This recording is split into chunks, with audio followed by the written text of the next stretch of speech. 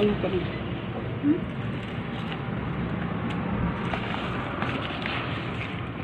Ano pa yung calamansi juice with carrot juice with calamansi.